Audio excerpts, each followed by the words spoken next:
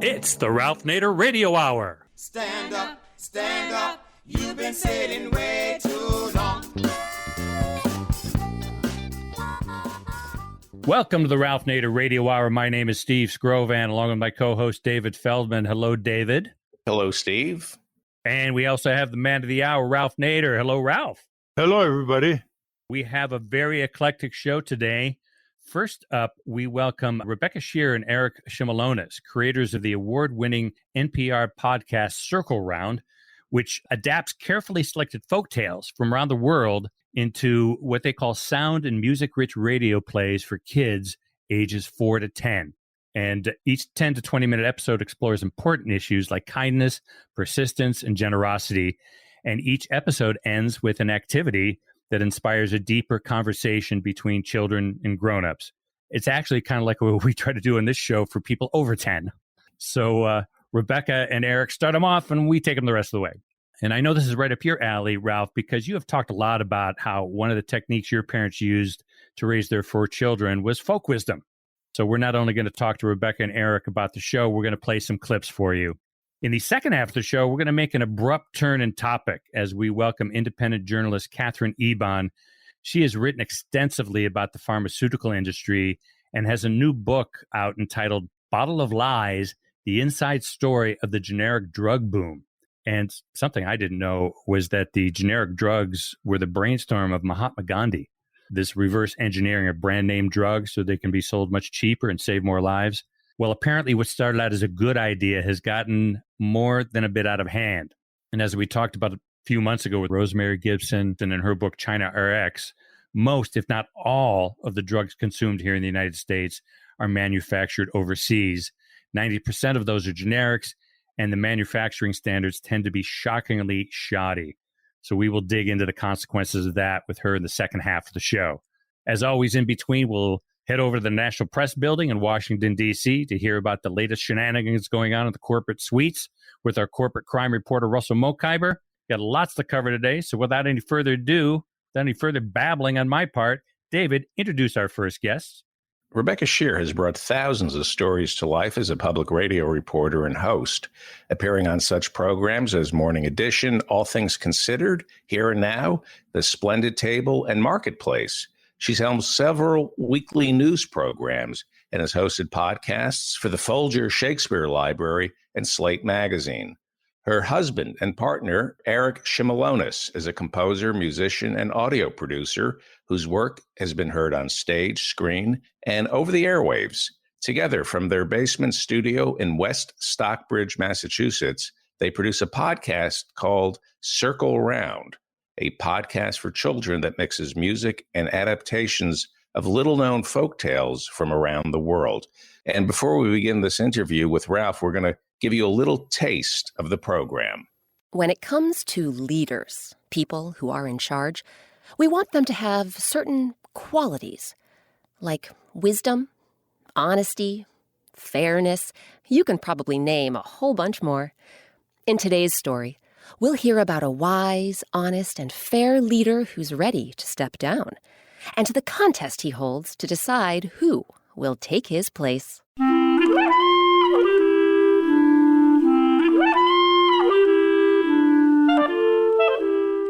I'm Rebecca Sheir, and welcome to Circle Round, where story time happens all the time. Today, our story is called The Emperor's Challenge. Versions of this tale originally come from China.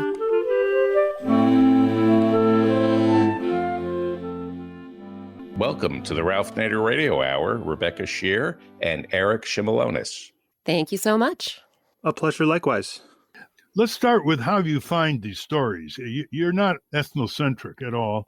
You go all over the world looking, figuratively, for cultural tales. India, Africa, South America, Western Europe, U.S., East Asia, and on and on.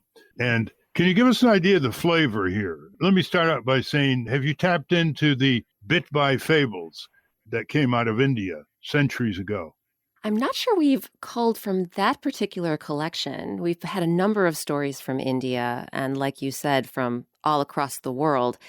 And the folktales we try to find perhaps are well known within a certain country or within a certain culture, but we're trying to expose the entire world to these tales. So you're not going to hear the Three Little Pigs on Circle Round. You're not going to hear Little Red Riding Hood, Cinderella. Those are all worthwhile and worthy stories, but we're really trying to open our listeners' eyes and ears to stories that have been passed down for generations, perhaps far, far from where they live.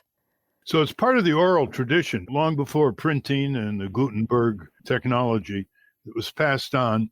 And of course, now the oral tradition is pretty diminished. People don't have much memory for proverbs anymore. When a couple hundred years ago, you could have someone that had 200 operating proverbs in their daily exchange with people.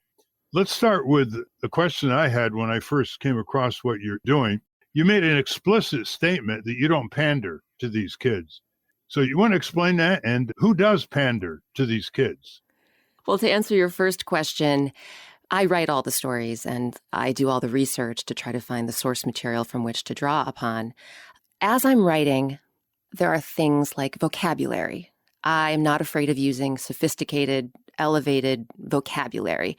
Perhaps words that a child might have to look up or figure out from context or ask their grown-up what the meaning is. Likewise, Eric's music. I could let you take that, Eric, talking about the fact that you use real instruments, not synth, not keyboards.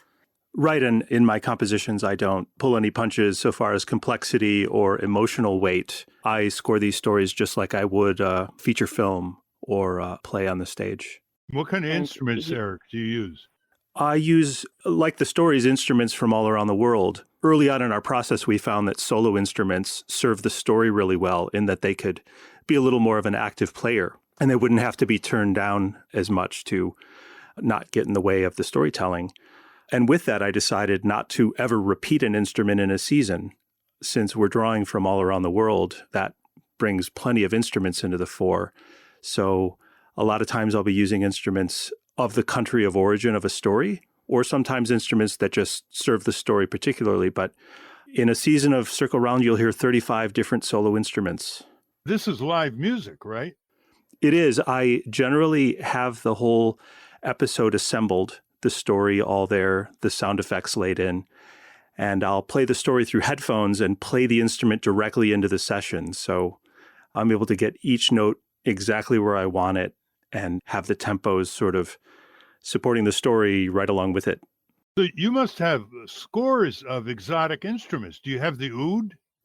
I do have an oud. In fact, you might hear an oud in a clip we play a little later. That's an instrument I acquired this last season for a Middle Eastern story. And I've been accumulating more and more as we go, as I learn what I might need in the coming stories. I'll be either on eBay or some other website finding a great version of each instrument. And you explain to the children the instrument you're using, or is that going too much detail?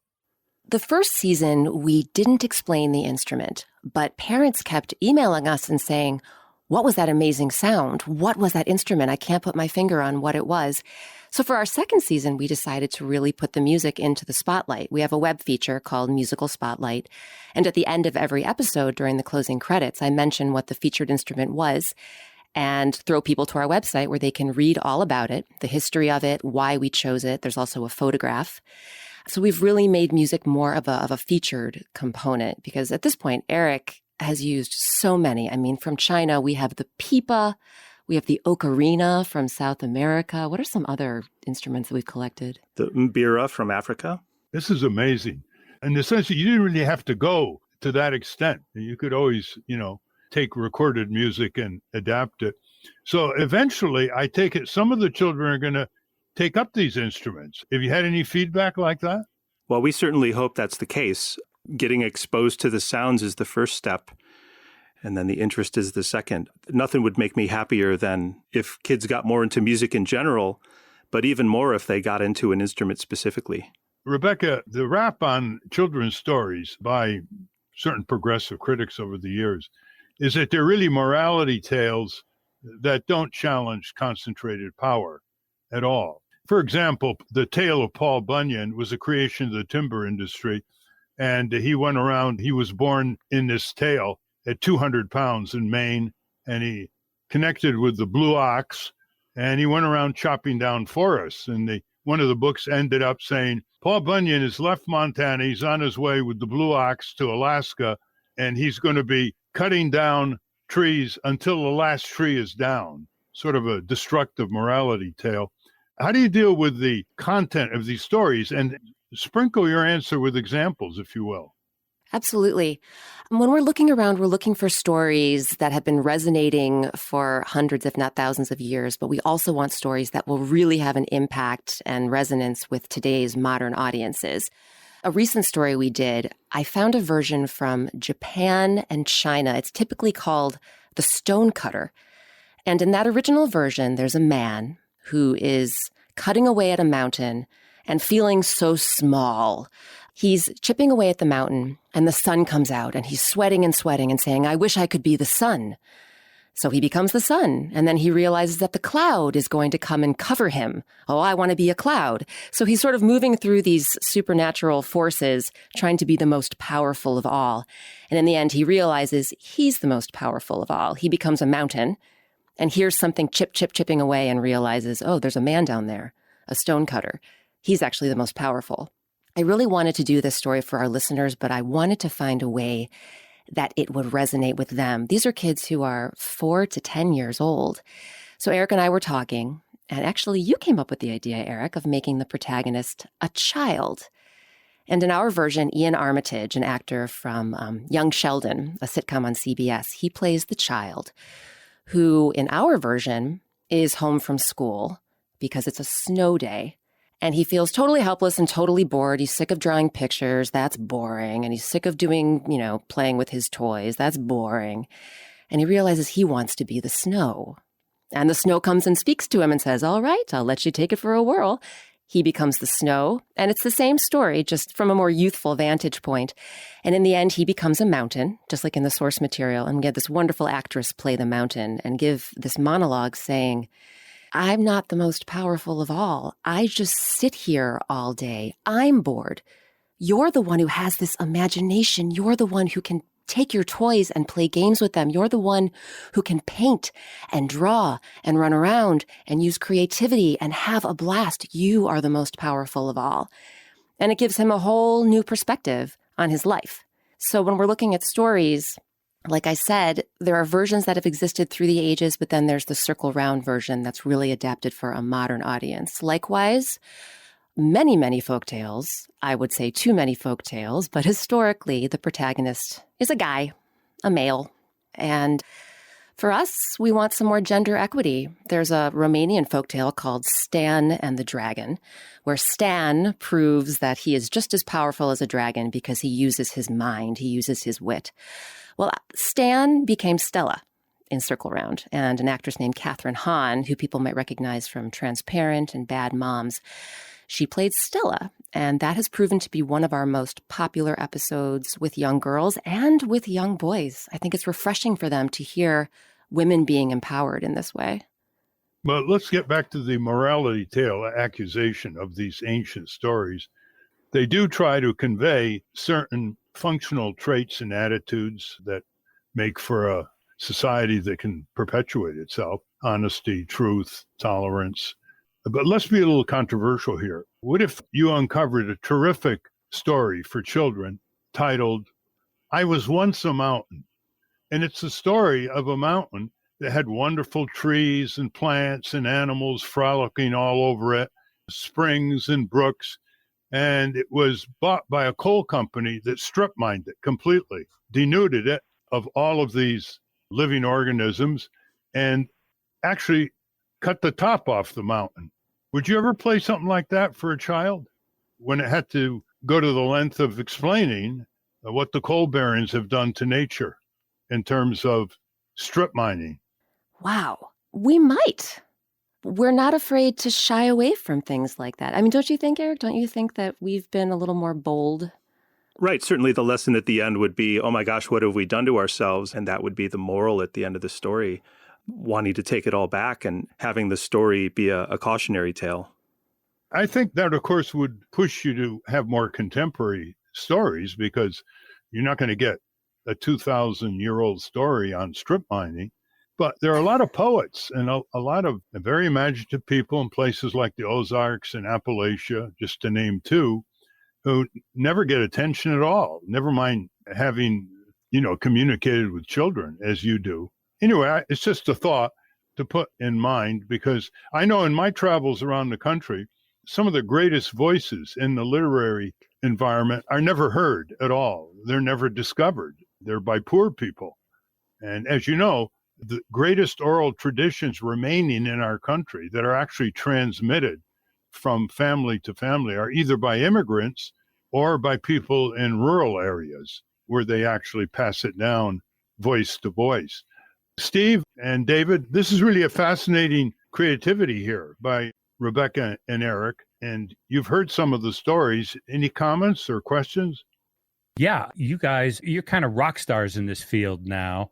Do you ever get out to meet the children and get their personal feedback? How do they respond to you? Are you like the Beatles? You have to run down the street away from mobs of kids? I have to tell you, meeting our fans is maybe one of my favorite things in the world. Since the podcast launched, we've been doing live performances where we go and perform a couple of podcasts on stage. Sometimes we record them and release them as episodes. Most of the time, we're just performing them. And afterwards, we always invite kids to meet us. And at recent performances, families have waited in lines upwards of an hour to talk with us, to take pictures, to tell us what their favorite stories are, to tell us what their favorite characters are. At one show over the winter, the line wrapped all the way around this theater and up the balcony stairs, and we had done an Alaska Native story that day. So Eric had, what were the two instruments you had? There was the Alaskan drum. And then an ankle rattle. And so as these families waited in line to talk with me, Eric went down the line and let all the children play these Alaska Native instruments, and they were just tickled pink. Yeah, it's the best fan mail. Circle Round fan mail is the best fan mail. Well, before we tell our listeners how they can access this program and maybe feedback on it, I want to just read a paragraph from one of your statements. And I don't know if it's a typo. I don't think it is. And you say the following: we like to say Circle Round is for listeners ages 4 to 104, or for the young and young at heart. At present, we have about 350,000 of those, quote, young and young at heart listeners a month from as far off as India and China, end quote. Was that a typo, 104? We welcome everyone to get in touch with their inner child and listen.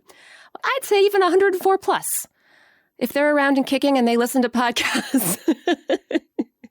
I didn't think it was a typo, believe me. I thought it was very well done, especially when you said young at heart. But how do people in India and China listen to it if they don't know English? You have translations? We don't have translations. People have asked us about that before. It would be quite a task to go from English to all of the other languages. So that's why we're always so surprised when we hear about the places where people are listening. A lot of people listen. They speak English in India. Yeah, and a lot of schools, we've heard from schools in places like France and Brazil who are using Circle Round to teach English to kids. Do you have a plan to have more translations for your program? I love that idea. Right now, we don't really have the resources or bandwidth, but I think that would be absolutely amazing. How do people access it? You can access Circle Round really anywhere that you get your podcasts. Apple Podcasts, formerly known as iTunes, is pretty much the main platform, but a lot of people use Stitcher. There are a zillion podcast apps. We also have a website, which is wbur.org/Circle Round. That's one word, Circle Round. wbur.org/Circle Round. And we have all 65 of our episodes available for listening there. Before we go, guys, do you have another little clip queued up for us that you could play? We absolutely do. Earlier in the conversation, we were talking about Eric's instruments coming from all over the world. And one of the instruments we've used is the oud, which is essentially a Middle Eastern lute, a beautiful instrument. I was working on a tale about a trickster named Nasruddin, who you'll find in a lot of Middle Eastern folklore. And when I told Eric I was working on this story, he instantly ordered an oud from Istanbul, Turkey, which arrived at our house just in time to record this episode. We called our version of the story The Unwelcome Guest, starring the very funny actor Richard Kind. Well, you see, after the way each and every one of you treated me, I went back home and I changed into this coat. And I come back, and I'm greeted with smiles. And it was the coat that made all the difference, so I realized it wasn't me that you wanted at your party. It was my coat. So, what else could I do but feed all of your delectable foods to the coat? See, I'm the unwelcome guest at this party, so my coat must be the welcome one. And with that, he walked out of the banquet hall, puddles and pieces of food trailing behind him. From then on, everyone in town thought twice before treating people based on their appearance. They remembered it's what's inside that matters most. Just as the wise man had hoped, Nasruddin's lesson proved to be some very precious and very scrumptious food for thought. That was wonderful. Thank you.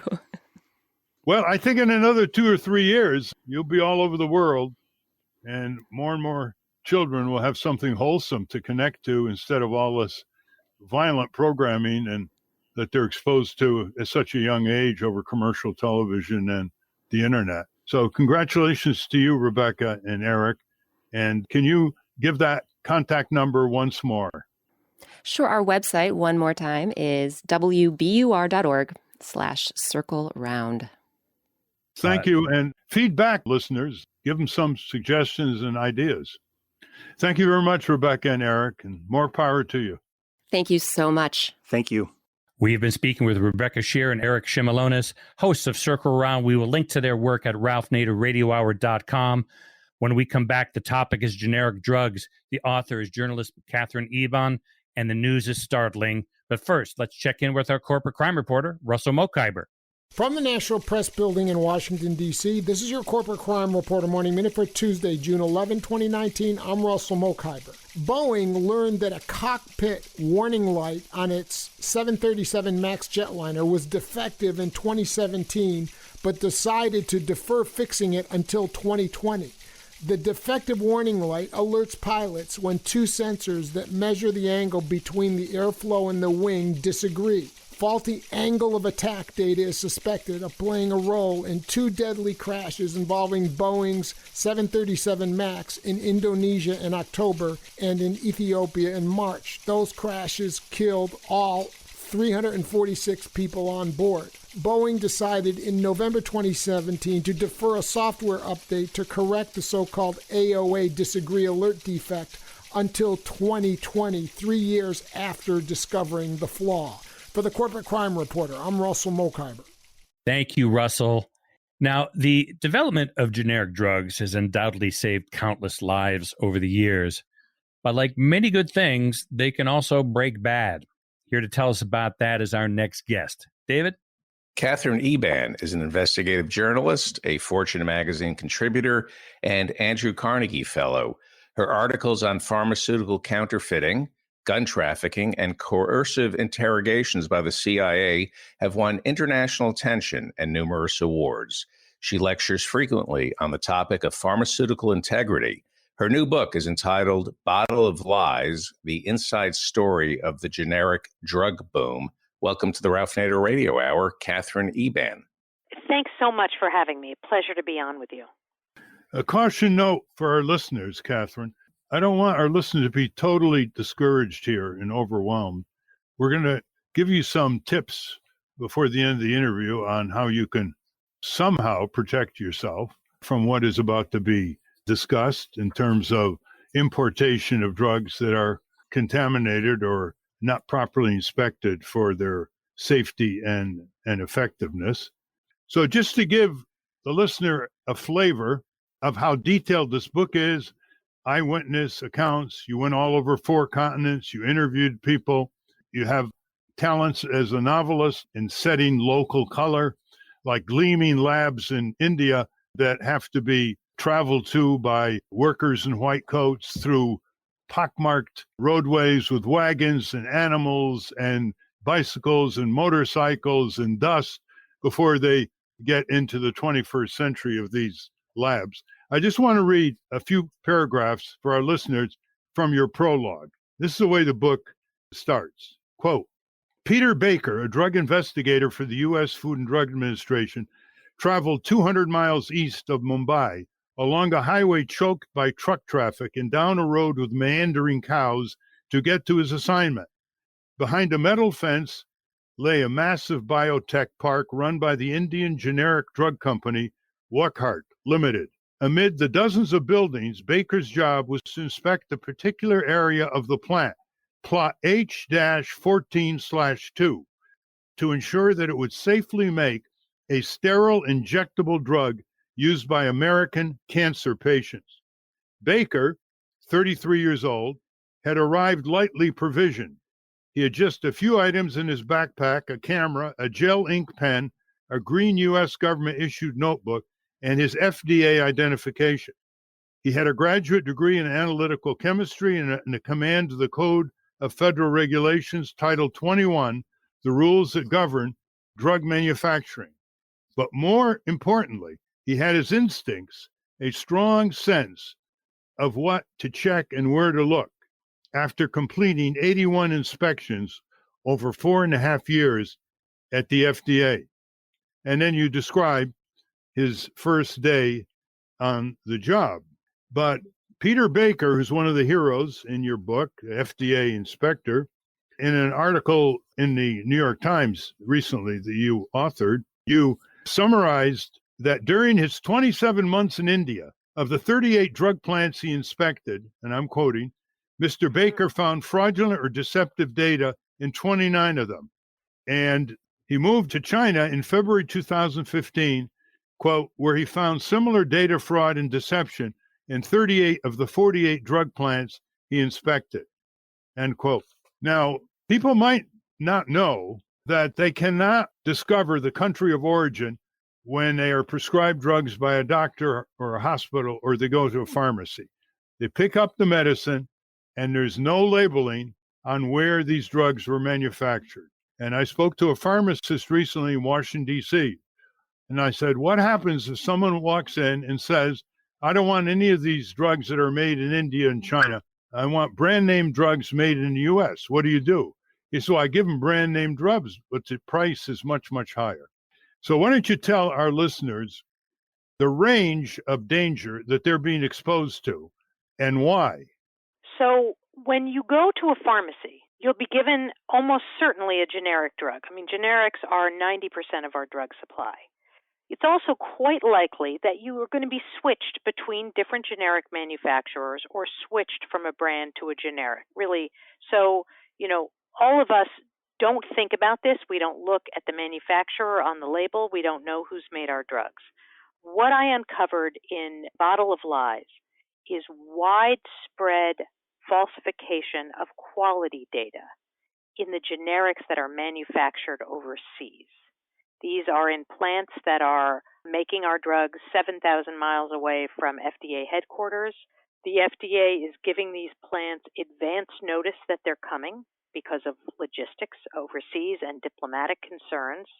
Those plants are cleaning up, preparing, fabricating data, shredding documents, all in advance of the arrival of the FDA. And the end result is that the FDA is getting a sanitized view of what's happening in these plants, and they're approving these drugs on the basis of what is far too often falsified bioequivalence data. What that all means for the consumer in the U.S. is that they may be getting drugs that are not bioequivalent, which means they're not clinically or therapeutically equivalent to the brand name drug. They may have toxic impurities, which was just the case with these widespread recalls of blood pressure medication, valsartan and losartan, which had carcinogens in them. They may be getting drugs with glass fragments, metallic fragments, unapproved ingredients, and they may find that, in fact, their symptoms are not under control, or they may not notice any difference at all. Let's take the drug Lipitor. On page 383, you have this startling assertion that Preston Mason, a Harvard-affiliated scientist, collected 36 samples of generic Lipitor from 15 countries manufactured by more than 24 generic drug companies. When he tested the chemical composition of each, Mason was stunned by his findings. 33 of the samples had impurity levels high enough to render them ineffective. Even samples manufactured by the same company but sold in different countries contained widely different impurity levels, proof that some generic companies were making different versions of the same product, a high-quality drug for the West and a poor-quality one for low-income countries, unquote, double standard. Well, just in case people think that these are all hypothetical warnings, tell us about the drug heparin and what came from China to contaminate it and how many people lost their lives. Right. So in China, what was happening is that companies were adding a version of heparin. It wasn't actually pure heparin, but it was an adulterated version that increased the yield of the drug. So this is an issue of seeking profits. And as a result of that contaminant in the drug, which was undetected by our own regulators, at least 81 Americans died. At least. Some say much more.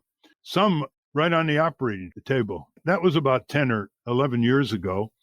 Is it true that Peter Baker at one time was the only FDA inspector in China trying to cover dozens and dozens of plants?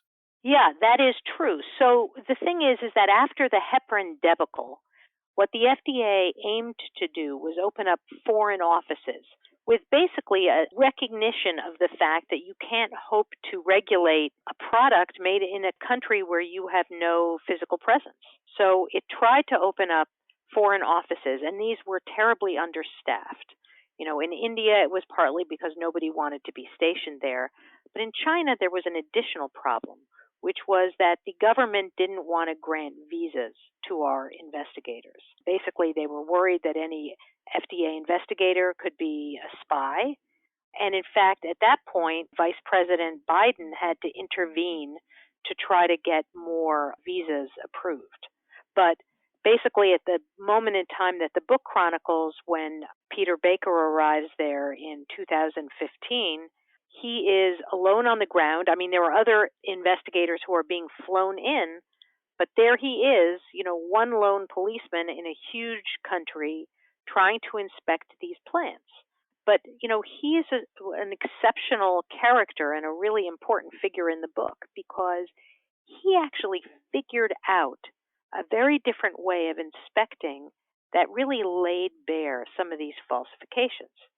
So instead of just asking plants to print out copies of documents, he looked in the computer systems of these plants. And once he did that, he was able to see that they were operating hidden laboratory systems that were aimed at pre-testing the drugs, figuring out if they would pass or not, then making alterations to the tests so that by the time they tested the drugs on the computer system that the FDA typically looks at, they had figured out how to make failing drugs pass.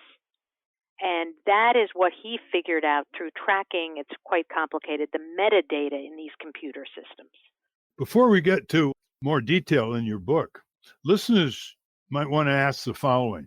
Before the importation of drugs came to this country from India and China, and by the way, in your book you say, we don't even produce any more antibiotics in America. That's a national security issue. You can't even produce penicillin in America anymore. Yeah. So here the drug companies, let's go back 20 years. The drug companies were making record profits in the U.S., a lot of them based in New Jersey. Number two, they were given tax credits to do what they should do anyway for their own research and development, therefore reducing the taxes they had to pay. Number three, they were given free research and development right down to clinical testing of drugs developed by you, the taxpayer, through the National Institutes of Health, a drug like AZT, and they were given these drugs free without any royalty payments back to Uncle Sam. And fourth, they were allowed, unlike almost all other countries in the world, they were allowed by Washington, D.C.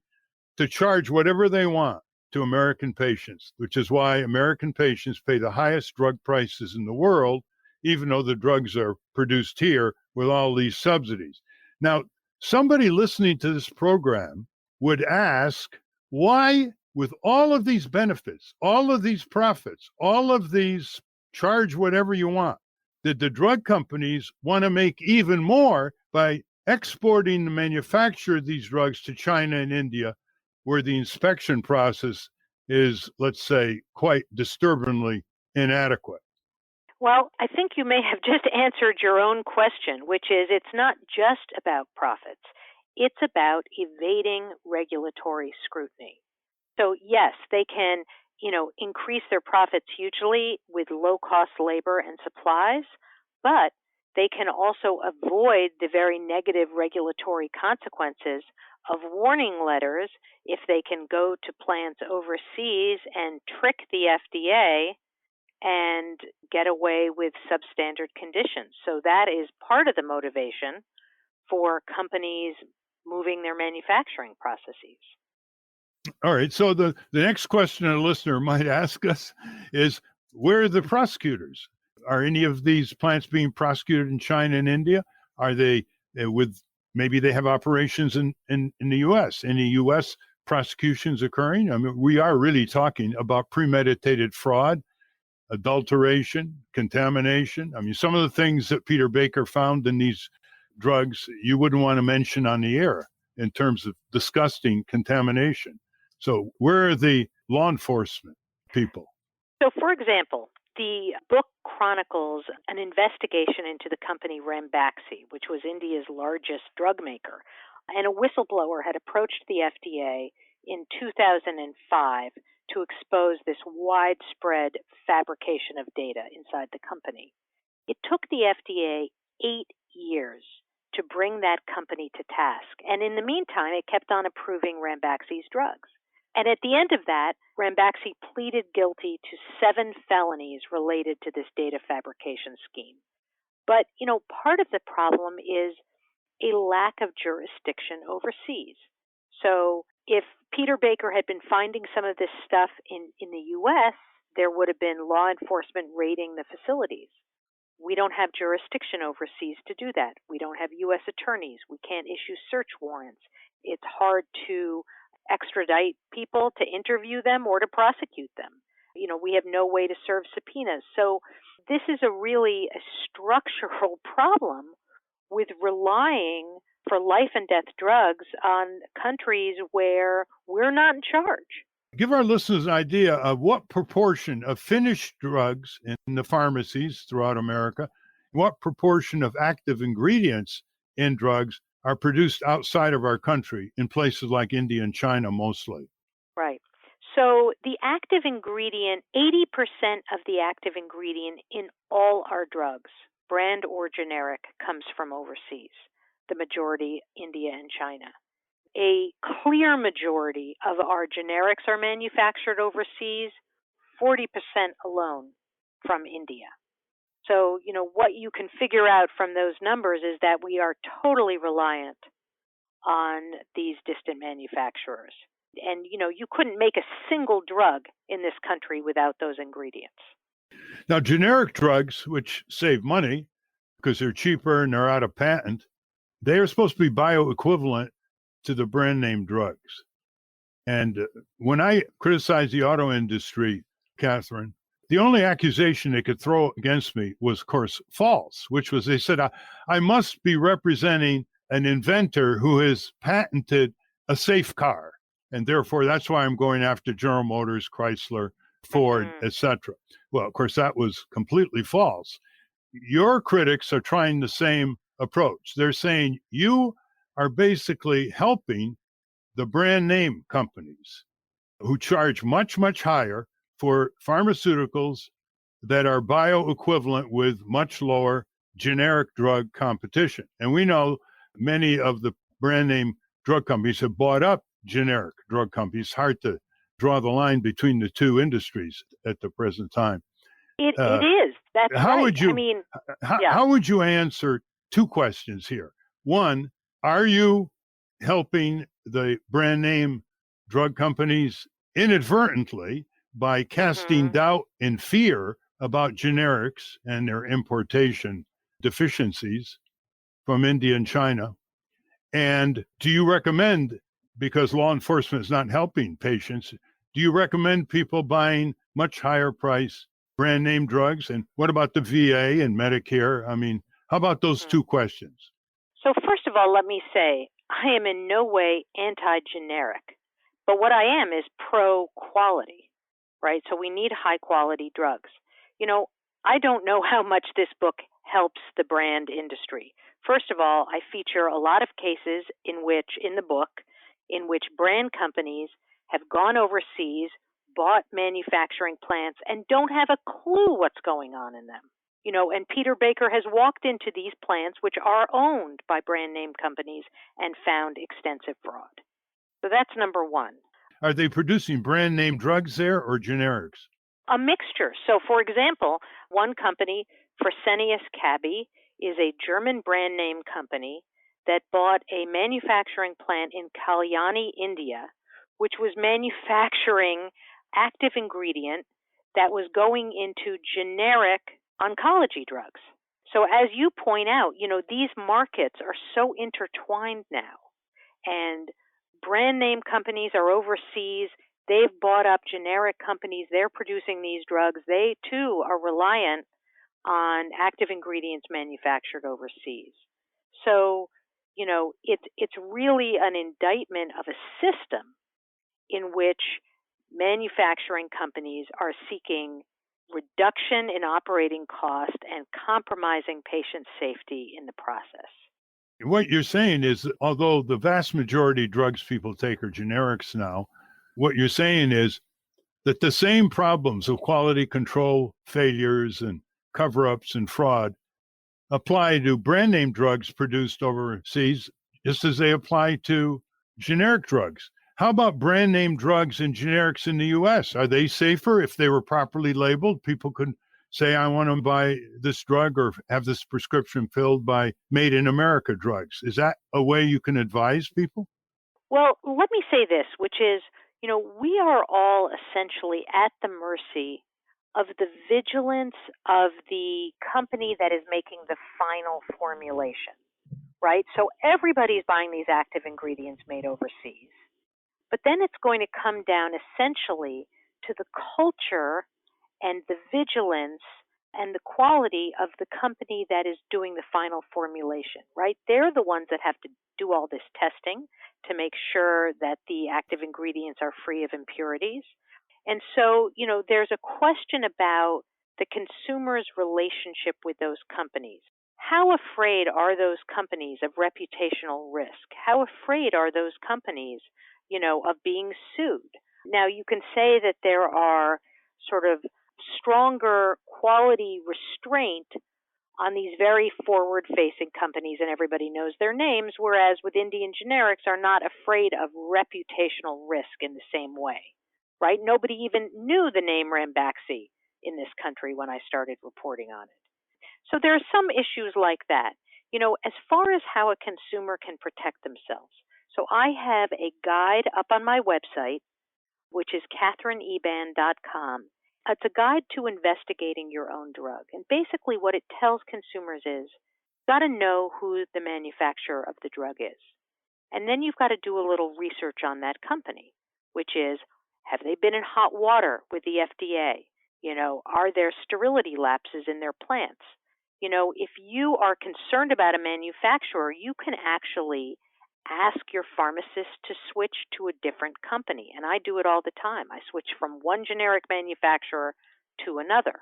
The other thing that consumers can look for is something called an authorized generic.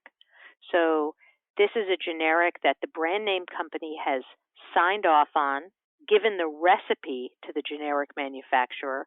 Sometimes those drugs are made even in the same plants. But look, these are not perfect solutions. And part of what makes this frightening is that there are real risks here. Will the pharmacists in your community cooperate if you walk in with your advice? I think you have better luck if you go to an independent pharmacy, which I do. I think when you're in the big chain pharmacies, they're locked into a certain formulary. And a lot of the times that formulary is the lowest cost generics. And what's that website again? It's Katherine Eban, Eban as in Nancy. .com. KatherineEban.com. Yeah. How about the consumer groups in the U.S. who are exposing unsafe drugs, ineffective drugs, like the Public Citizen Health Research Group? What's their situation with what you've discovered? Well, it's good you're bringing this up because I have interviewed people for my book who really would like to sit down with these groups and would like to talk to them about what some of the issues are and what some of the solutions could be. But there is no question that those groups need to get on board with this issue. I mean, there needs to be a consumer revolution in which, the FDA is held to account and does way better inspections and where consumers are given more information. Well, consumer groups who work in the pharmaceutical area have been very critical of Dr. Janet Woodcock, who has been for years in the Food and Drug Administration, they think favoring the drug companies. I sent you a letter that Dr. Woodcock sent to me. I was complaining about unsafe drugs coming in from China and India. And she sent me the most reassuring 3-page letter, and I sent it to you for comment. It seems to be completely contradictory to the warnings that you have in your book that are so well documented. They are. I mean, what Janet Woodcock likes to talk about is a culture of quality that can be promulgated around the world that will drive companies to do the right thing and be vigilant, and with the goal of having minimal regulation because companies are so motivated. And that is really, I hate to say it, it is a fairy tale. I've written 2 letters to Donald Trump on this subject, and I know the White House has received them, and I have received no answer. Trump tries to portray himself as tough on China with putting tariffs on and so on, but he's kept his mouth shut completely on this serious threat to all the people in this country who take medicines, including Trump voters. How do you explain that? You can't talk about being tough on China and at the same time be weakening regulations in your agencies that allow consumers to be protected. Whether you're a Trump voter or not, if you've seen what I've seen and know what I know, you are not going to want to take a pharmaceutical product that is made in a plant that the FDA has not inspected and not inspected carefully because the dangers are just too great. Well, I think the first requirement is to get Congress to pass a bill requiring country of origin labeling on the medicines that you buy in the pharmacy. That's the first step. There are a lot of heroes in this book. In fact, you credit one of our staffers, Jamie Love, along with Bill Haddad and a few others who broke the monopoly price of AIDS medicines. The big drug companies demanded that African patients afflicted with AIDS would have to pay $10,000 to $15,000 a year. And they found a drug company in India who produced it for $300 per patient per year. And I'm glad you credited Jamie. He's never gotten enough credit, and he's really worked the longest years and all kinds of trips everywhere. And he's a big hero in our book. I'm glad you credit him along with Bill Haddad. He's a hero, as is the company, the first Indian company that stepped forward to manufacture AIDS drugs so cheaply, which was Cipla. That's right. And you have that outlined in the book. One last hero, Dinesh Thakur, who got the Moral Courage Award by the Joe A. Calloway Award in 2014. Tell us about him and his incredible courage right to this day. Absolutely. He was a young scientist at Bristol Myers Squibb in New Jersey in 2003 when he was recruited to join India's largest drug company, Ranbaxy. And it was actually, Ranbaxy was the fastest growing generic drug company in our market at the time. He went over to India, moved his family there, and he hadn't been there very long when his boss, who had been recruited from GlaxoSmithKline, said to him, "I am concerned about the quality of the data that the company is submitting to regulators to get approval for our drug products. I want you to take your team and investigate all these applications around the world and figure out, is the data in these applications real? Is it high quality data?" So Dinesh Thakur began this investigation and discovered Ranbaxy's secret, which is that it had falsified data for 200 drug products being sold in 40 countries around the world. And in some cases, had just made up data. So had literally taken the brand name drugs, crushed them up, tested those, and presented the data as their own. And once this information was presented to Ranbaxy's board of directors, what they did is just buried it, destroyed the laptop on which the presentation was presented, and falsified minutes of the meeting. They just tried to make it go away. And Dinesh was forced out of the company. But he couldn't let it go. And he ended up contacting a whole number of regulators around the world. And to its credit, the FDA was really the only ones who followed up on his information, and that began this 8-year investigation into the company. And the result was a $500 million fine, right, on this company. Yep. And under the False Claims Act, he recovered a certain proportion for being a certified whistleblower and being right.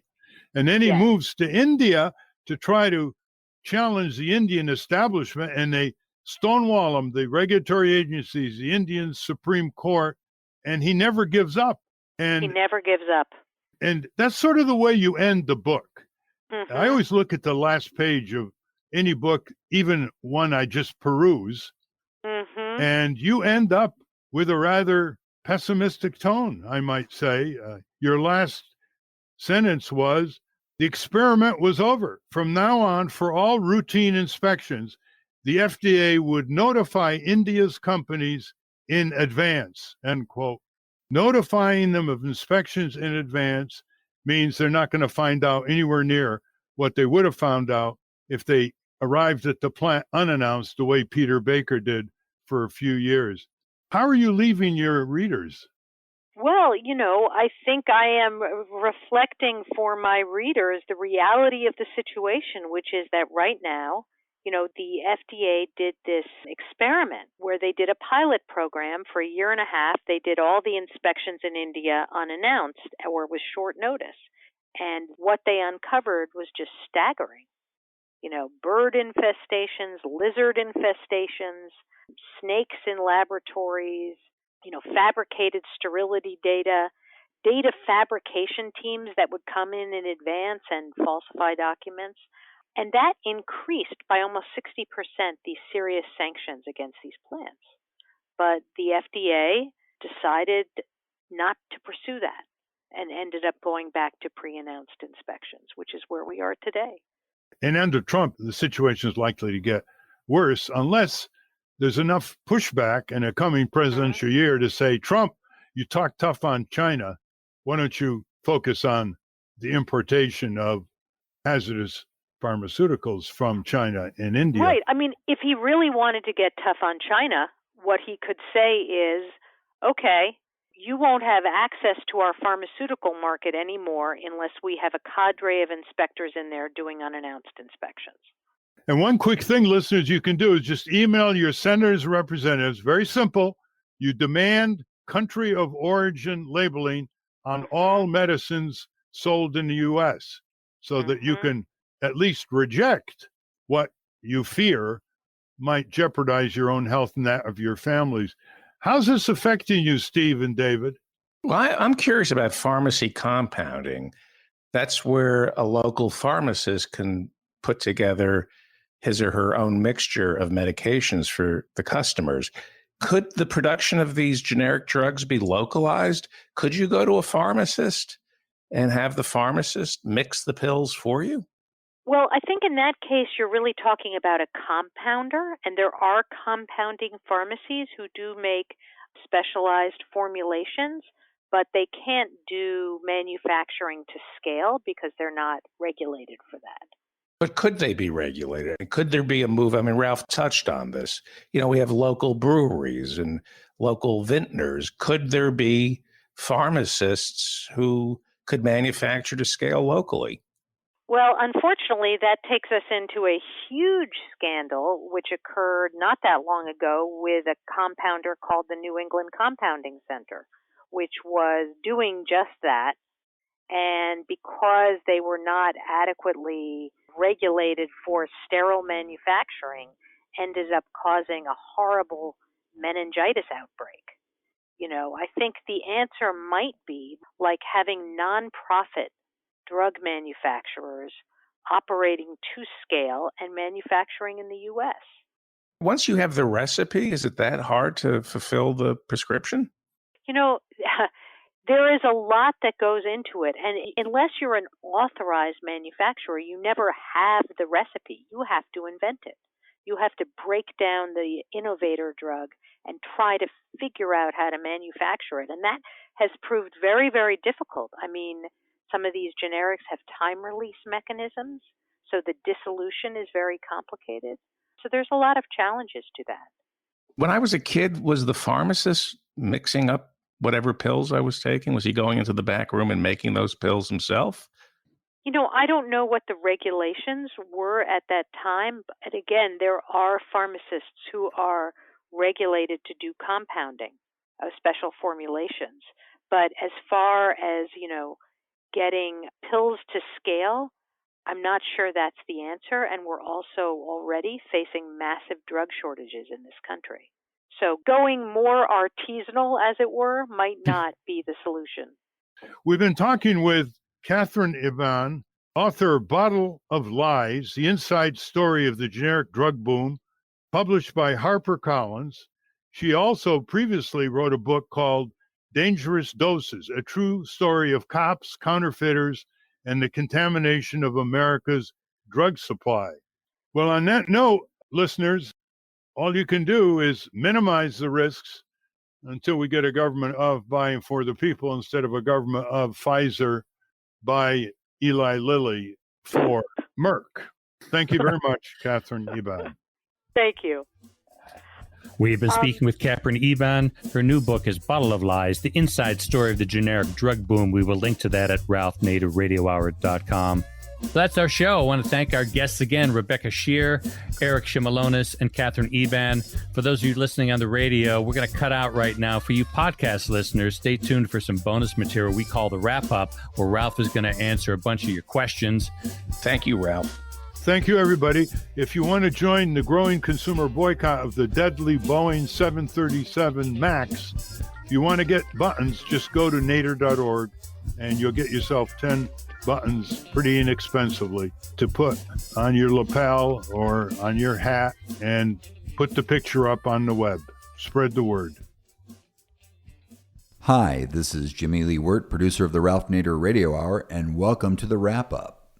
Ralph is going to answer some of your listener questions, but before we do that, Steve has a question for Katherine Eban. Steve, do you have anything? Yeah, I wanted to ask about, there's sort of a chain of trust here. I'm somebody diagnosed with high blood pressure. My doctor diagnoses it. I trust him to give me the drug that will help it. And actually, in my particular case, I had valsartan, which then I had to change to losartan. Mm-hmm.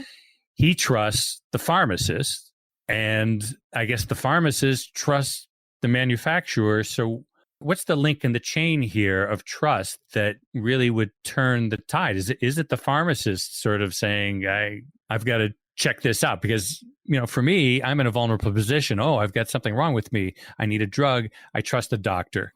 And so I'm not necessarily in a position to examine where it's coming from and all of that, and not wired for that.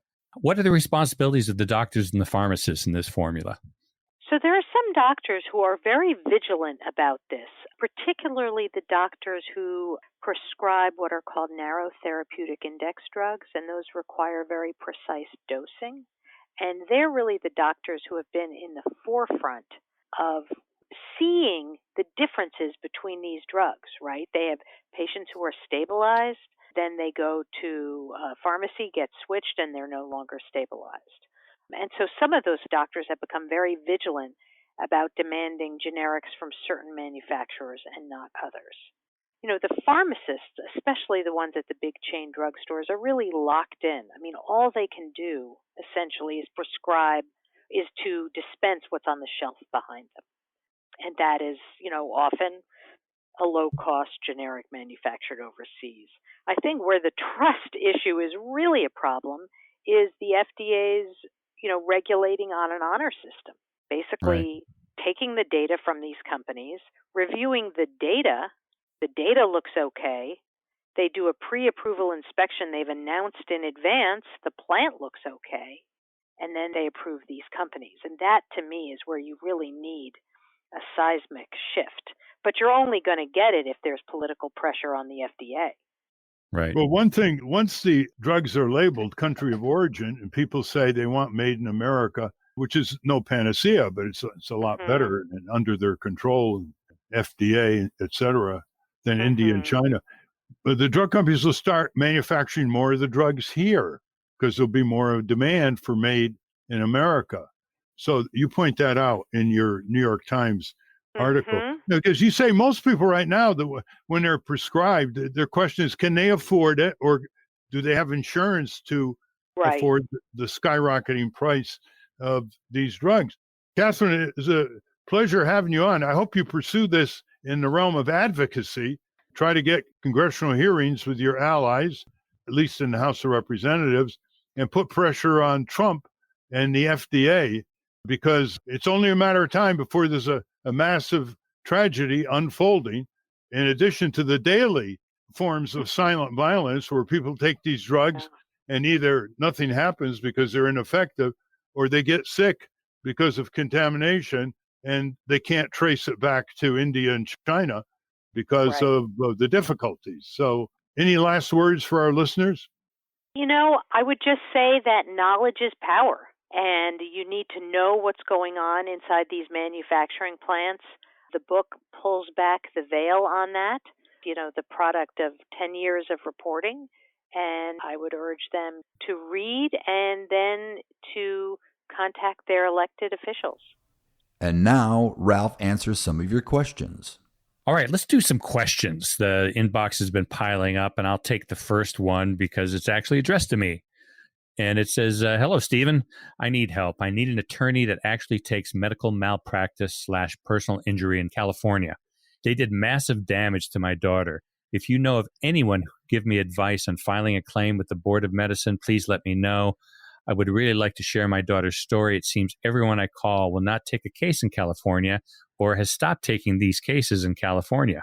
And this is from Alicia Watson. One reason is that California law signed by Governor Jerry Brown in the 1970s and not changed, called MICRA, caps anything your daughter could get to $250,000 for a lifetime of pain and suffering. Very, very cruel. I tried with Jerry Brown on the second round as governor to change it, even though he disavowed it in the 1990s in a press statement. He wouldn't do so. So that's the problem. I suggest that you contact Consumer Watchdog. That's a group in Santa Monica, and they might give you some advice on how to file a claim with the California Board of Medicine, and maybe they might know of an attorney who might take this case. That's Consumer Watchdog. Jamie Court is the head of it, Court. Thank you for that question, Alicia. This one comes from Kelly Parrish. I have a question about a safety problem I've discovered over the course of driving a vehicle I bought used 2 years ago. I believe you've mentioned that cars are only crash tested with dummies that represent the average male weight and stature. Apparently, they're also physically designed for the same. In 2018, I purchased a 2016 Honda CR-V from a car rental agency. I'm 5'2" tall and have adjusted the seat as high as it will go. It took a while of driving the car and several incidents of near collisions while making left turns to realize that this is being caused by a huge blind spot created by the front door frame windshield area design. I've realized I cannot see pedestrians waiting on the opposing corner who then step out after I've begun my turn. I've also missed seeing vehicles coming from my right, if they are in just the right spot when I look, also resulting in near collisions. As a countermeasure, I put pillows on the seat to raise my eye level above the blind spot. However, this creates body mechanics ergonomic issues. And she has 3 questions. Do I have any recourse with the manufacturer? Could I make them fix the seat so that it raises higher? She says the vehicle is still under manufacturer warranty. Are there publicly available crash statistics that would reveal if this is a known issue? And other than selling the vehicle, are there any actions you suggest that I should take? Well, you've looked into this, obviously. First, I would appeal to your dealer to see if he can make any adjustments. Honda dealers are known to be quite responsive in various places of the country. Honda's going to say they meet all federal standards, and so they're likely to brush you off in terms of any other responses that you would like. In terms of publicly available crash statistics based on visibility impediments, not likely. But you could go to the Insurance Institute for Highway Safety in Washington, D.C., their research group, and see if they have any statistics, or contact the Center for Auto Safety, also in Washington, D.C., to see if they know of any studies. Outside of that, if it's really an impediment and you can't get it fixed so you can see, you may have to just get another vehicle, trade in your vehicle and get a vehicle where before you buy it, you test it out in terms of visibility from all angles. It's not a violation of the Americans with Disabilities Act. Not that 5'2" is a disability, but people who are short should have a right.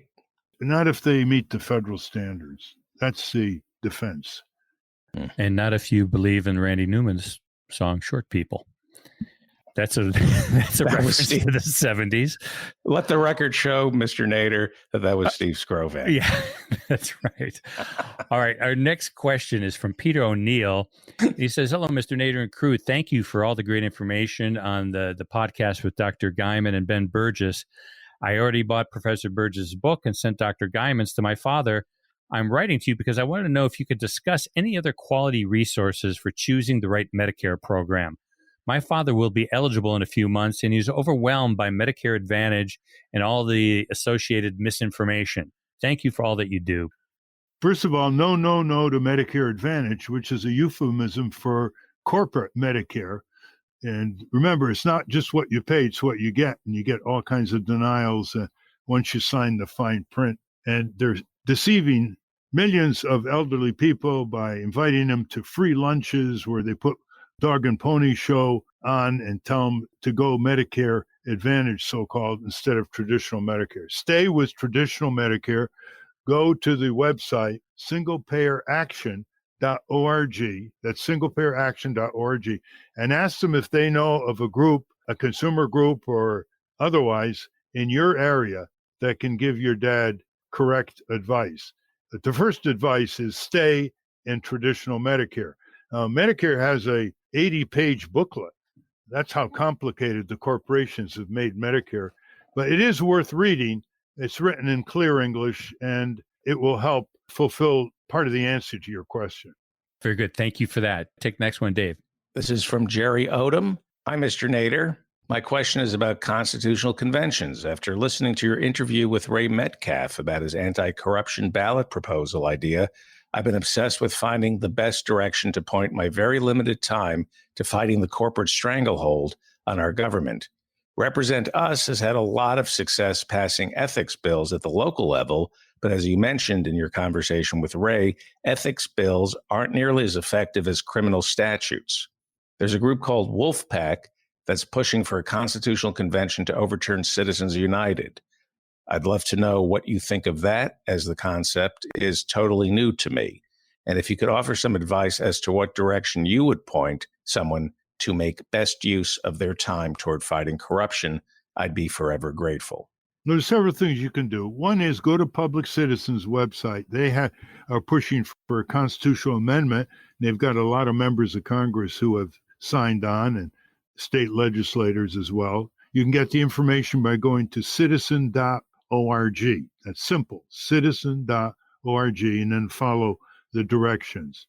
Number two, the simplest way to nullify or neutralize a lot of the Supreme Court decision that you mentioned is for Congress simply to say that any company that does business with Uncle Sam cannot give contributions to candidates for public office, period. And of course, since almost every one of the 500 largest corporations in the country do all kinds of contract business, leasehold business, royalty business, subsidy business, bailout business, that would prohibit them from making any contributions to either elected officials or candidates running for office. I'm really surprised that the consumer groups working in this area hasn't pushed for that approach, because that doesn't require a constitutional amendment. And the answer is basically to Citizens United. Look, Uncle Sam's a big customer. You want to do business with Uncle Sam, hundreds of billions of dollars a year. Drop any interest in sending campaign contributions to anybody. The third thing is not to exaggerate the role of money if you can get the vote out. If you can get more and more people to vote and more people informed, the impact of money is diminished until it is rendered pretty much ineffective. So money is given to politicians to nullify or neutralize votes. That can only happen when half of the people don't even vote, 120 million of them in presidential elections, and 2/3 of them don't even vote in congressional by-elections in the off years. So don't rest your discouragement entirely on Citizens United. Try to counteract it by turning out the vote. In fact, we could adopt the universal vote system of Australia, where voting becomes a duty. And if you can vote for none of the above or write in your own choice, that takes care of the civil liberties problem.